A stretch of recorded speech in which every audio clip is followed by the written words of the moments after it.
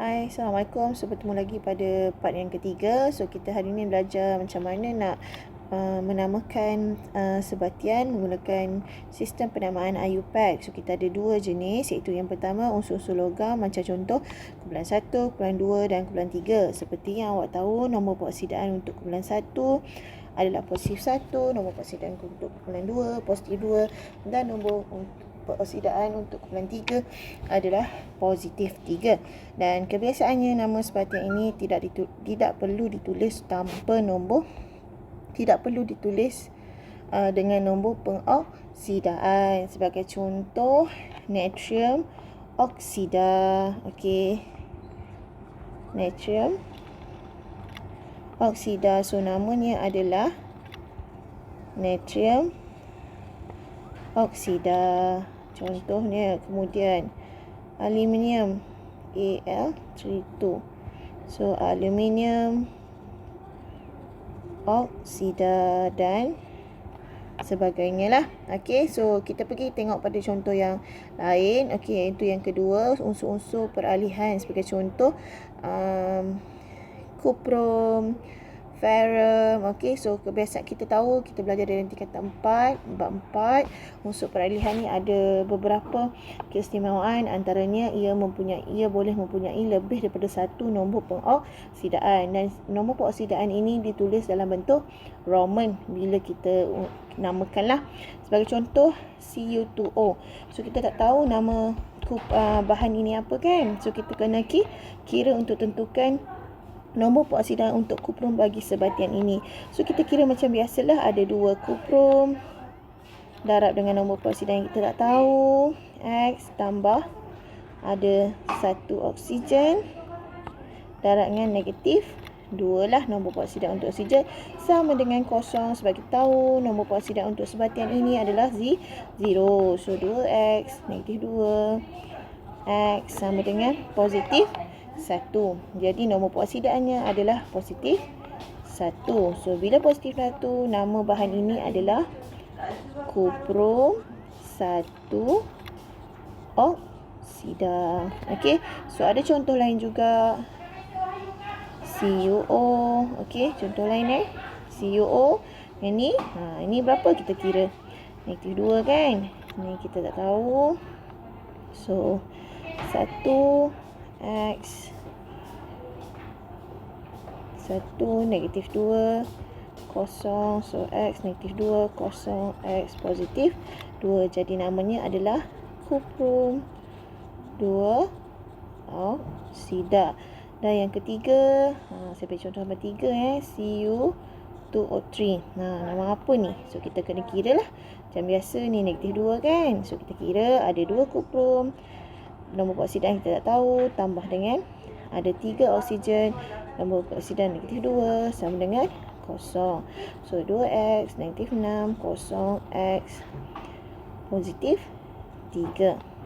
Jadi namanya adalah kuprum 3 oksida. So nampak perbezaan untuk setiap kuprum. Okey, maksudnya ada 3 ion lah. Kuprum positif 1, kuprum positif 2 dan juga kuprum positif 3. Okey, so kita tengok contoh dalam buku teks muka surat 14. Awak boleh rujuk rujuk buku teks muka surat 14 untuk tahu lebih lanjut lah contoh-contoh ya. Okey, so kita pergi kepada latihan. Okey, latihan nama sebatian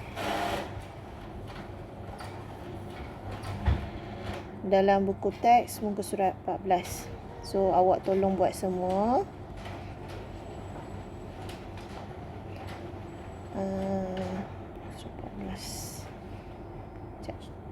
Surat 14. Okey. Okey, contoh kita ada bahannya soalan apa ni? Okey, contoh soalan HgCl2. So kita tak tahu kan? Okey, kita tak tahu Hg lah. Okey, Cl ni kita tahu negatif 1. So kita kira lah. nak namakan bahan ini. So Hg adalah mercury. So, jadi kita tak tahu mercury berapa. So kita kira dia punya nombor pengoksidaan dahululah. Okey, ada 2 Hg darab dengan X, dia punya nombor pengoksidaan yang kita tak tahu. Ada 2 atom klorin darab dengan negatif 1 sama dengan 0. So 2X negatif 2, 0, X positif 1. Jadi Hg adalah positif 1. Maka nama bahan ini adalah mercury 1 klorida. Okey. So, kita pergi kepada contoh yang kedua. Contoh yang kedua, saya ambil K2CrO4. Okey, kalium kromat. Tapi kalium kromat berapa? So, kita kena kira. So, kalium kita tahu nombor pengoksidaan positif 1. Kromium kita tak tahu. Oksigen ataupun ion oksida negatif 2. So kita kena kira satu. Banyak sikit lah. Ni lebih daripada 1 unsur. So 2 kalium positif 1. Nombor pengoksidaan kalium tambah 1 atom kromium. Tak tahu nombor pengoksidaan. Tambah 4 atom oksigen. Nombor pengoksidaan negatif 2 sama dengan 0. Sebab ini adalah sebatian. Okey, satu molekul lah. So positif 2 tambah X 6, X negatif 4, X positif 4. So kromium positif 4. Jadi namanya adalah kalium kromate. Okey, sebab ini melibatkan ion kromate. Kromate 4. Okey, sebenarnya dia ada pada ion CrO4 minus. Ini ion kromate. Ini ion kalium. So bila kita cross macam biasa akan dapat K2CrO4. Stop. Tapi kita tak tahu macam mana kita tentukan nombor kromium kan. So nombor pengoksidaan kromium. Jadi kita kena kira lah. Okey. So kita pergi kepada contoh yang seterusnya. Okey, contoh yang 3 K2Cr2O7. Ini kromium, ini geng-geng kromium juga, tapi kita tak tahu nama. So kita kena kira lah. Macam biasa kromium kita tak tahu sebab kromium ni adalah unsur peralihan. Kumpulan 1 kita tahu positif 1. Oksida kita tahu negatif 2. So kita kira satu-satu. 2 atom kalium tambah ion nombor pengoksidaan positif 1 tambah 2 kromium, tak tahu nombor pengoksidaan, tambah 7 oksigen, nombor pengoksidaan negatif 2 sama dengan 0. Macam panjang kan. So kita kira lah. 2x negatif 14, 0. 2x negatif 12. Okey.